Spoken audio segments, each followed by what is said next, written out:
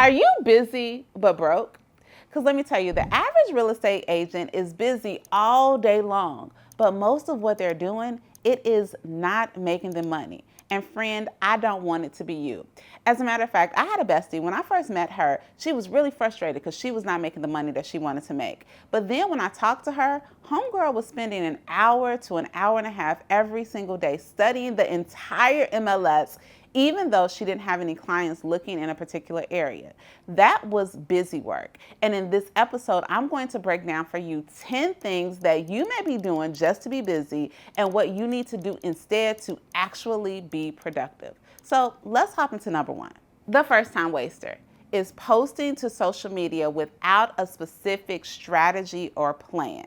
Now, you and I both know that social media is a great way to promote your business, to stay in front of your sphere of influence and all of the other things. But I often see agents doing it wrong, right? You're on there talking about restaurants and debating different things and just really keeping up a lot of noise on social media without having a clear pathway on exactly how to initiate conversations with the people you want to serve and then taking those conversations offline and actually getting them in your database. I did a whole video where I show you how to do this strategically so that you can turn your social media followers into clients. So you definitely want to check that out so that you are not wasting your time.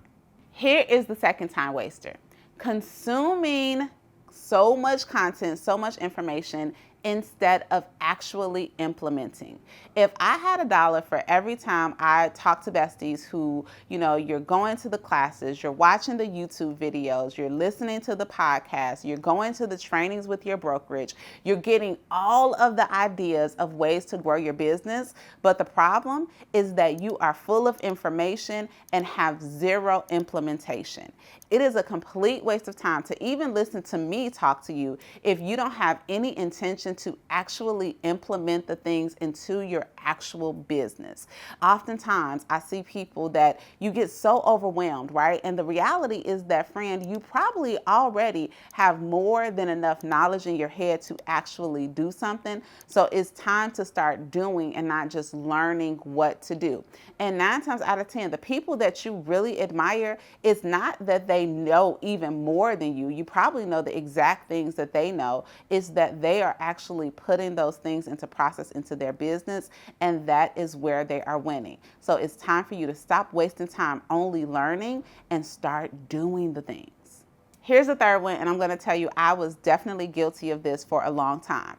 It is a complete waste of time to host an open house if you are going to be afraid to follow up or not have a follow-up plan in place for when you are talking to the people. Open houses are one of the foundational ways that I was able to build the business that I have today. I found it to be a great way to meet people, to start practicing my real estate scripts and all of that. But here's the thing, open houses also turned into money because of the follow-up process. So if you are going to go through all of the trouble to find the listing and to get the cookies and to print the flyers and to engage and meet the people, then you also have to commit to following up with them 8, 10, 12 times, putting them in your database, staying in front of them, whether that is automated follow-up in addition to actually reaching out, calling, and texting. That is what it takes to convert in this market. And if you are not willing to do what it takes on the back end, then don't waste your time doing the open house on the front end. Okay, this next one, not only does it grind my gears, but friend, it is actually against the law. It is a complete waste of your time to be out here showing buyers who are not in a written agreement with you. If I had $1 for every time, I had someone who tells me that they were showing homes all over the place only to find out that the buyer ended up buying with somebody else or they went into a different direction. You wasted time, you wasted gas, you wasted energy. I would be a very rich woman off of that alone.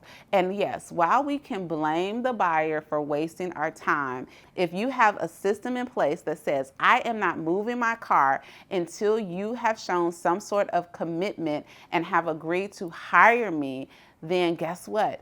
No one can waste your time, okay? So I just really want to caution you for a few different reasons. Number one, We don't want your license to be in jeopardy because you are not following the rules, okay? Unfortunately, we like to say that buyers are liars, but people can only treat you the way you allow them to treat you. But then number two, like, I don't want us to be so desperate for business that we start to bend the rules and we start to bend the expectations, because you are going to be the person who is going to be burned in the long run. So practice your scripts, practice, how to have the conversation, how to explain what representation is, so that you are protected and your buyers are protected. But it is a complete waste of time for you to get out here and be showing houses all over the state, all over the city, all over the country if you do not have that representation agreement in place. Another waste of time: attending network events when you don't have follow-up or you're not even going to work the room. When you are going to different social events, let me tell you something. Anytime you see people around you, that is a lead generation opportunity. So why even go through the trouble of getting dressed, going there, hanging out, if you're just going to be in a little circle along the wall and not actually talking and getting to know people? And then once you get to know them, right, once you start making connections with people, then there has to be follow-up. A few weeks ago, I went to a birthday party for a good friend of mine, and I love this friend. He is a connector, right? He's the type of person like, oh, Rosemary, you're in real estate, they're in this, I'm going to connect you with them. And he made a lot of great introductions for me. But guess what? If I didn't follow up on those introductions and actually book the coffee or the Zoom meeting or, whatever the follow-up is, then that is on me, and that would have been a wasted opportunity and a waste of my time not to take advantage of how he was connecting me. So when you are in these social settings, make sure that number one, you are social if you're gonna go, and then number two, have a follow-up plan in place, because if you don't, you might as well stay home and just watch Bridgerton.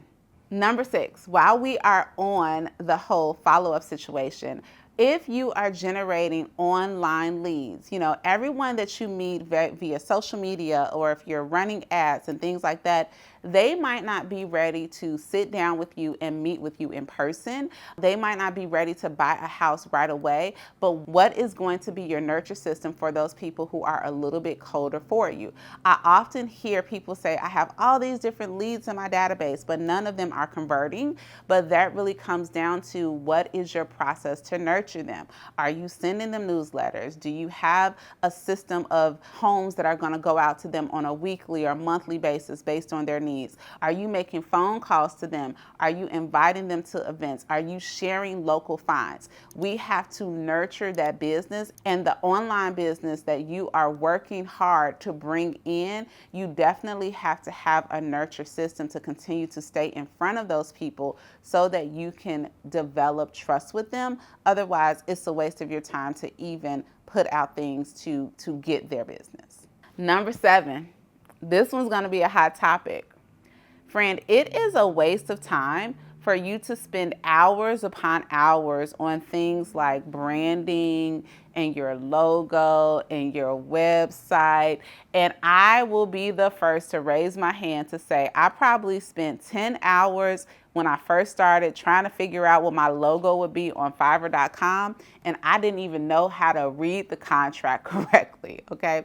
So I'm not saying that building your brand is a bad thing, but a lot of times we spend so much time on that back-end business stuff that will build itself that we are not spending the time actually getting out here and having the conversations. Everything does not have to be perfect, polished, bottled up. Now, I don't want you to be out here looking janky, okay? But 9 times out of 10, if you are a part of a brokerage, just absorb their brand while you're getting going. And then as you are getting more transactions under your belt, as your time is working for you and actually turning into money, then yeah, maybe then you have some more time to develop to a lot of the branding and the marketing things. But I see so many people spending so much time obsessing over a website that nobody is going to go to because you're not having conversations with people in the first place. So don't spend unnecessary time doing that, especially as you are starting out. Okay, number 8, I got a little PTSD here, but here it is. Going on listing appointments before you ask the right question. I remember that I got a babysitter because I was so excited to go on a listing appointment that was about an hour and 10 minutes away from my house. Went to that listing appointment in traffic only to find out, like, as soon as I got there, I figured out I did not ask the right questions. I did not ask who were the interested parties. You know, the wife was there and not the husband. I wasn't clear on the payoff, because had I been clear on the payoff, then I would have known that they owed more money on the home than they could actually sell it for. I wasn't clear on the condition of the home, and I wasn't clear on the client's situation, because guess what? I was there on a Friday and that home was subject to go to auction on a Tuesday.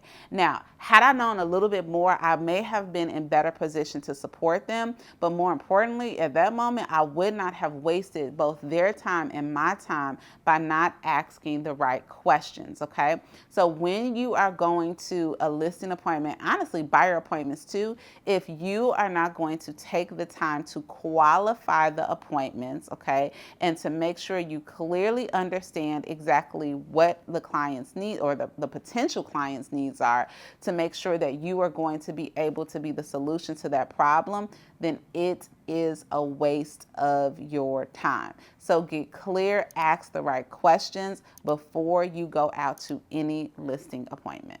Okay, number 9, we already talked about listings. Let's talk about buyers. Taking buyers out without qualifying them, because you may have a buyer who will sign the buyer's rep, right? And they're excited to work with you. But if you haven't done the qualifying conversation, meaning getting them with a lender so that you can figure out exactly what their purchasing power is, then it is a waste of your time.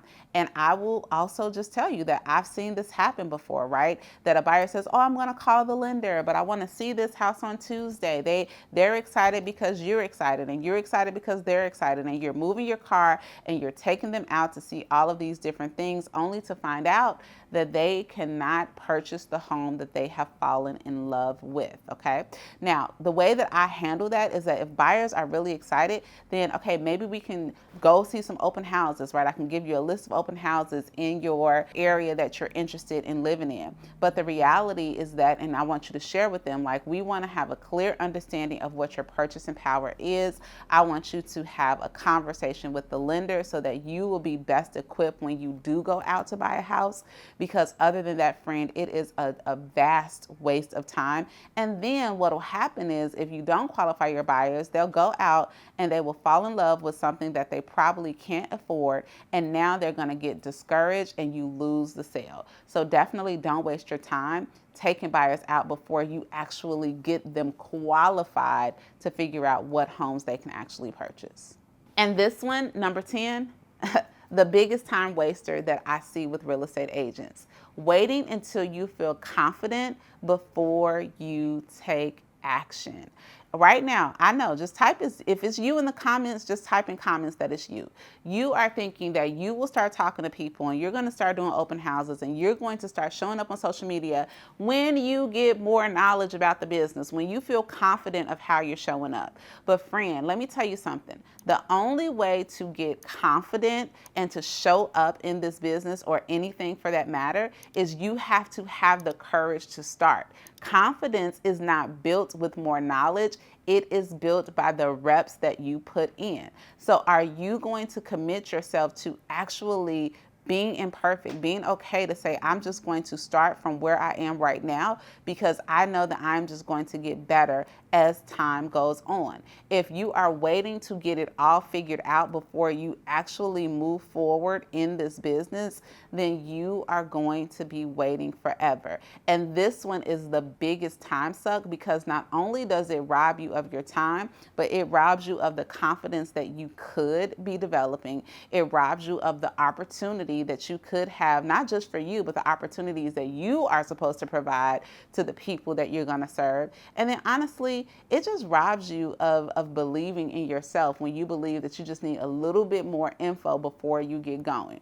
So I don't want you to wait for this magical confidence to build. I want you to get out here and start taking action today and stop wasting time. And in the next video, I'm going to share with you exactly what actions you can take to maximize your potential with buyers, because this market is a great market to attract buyers and get them closed ASAP. I'll see you there.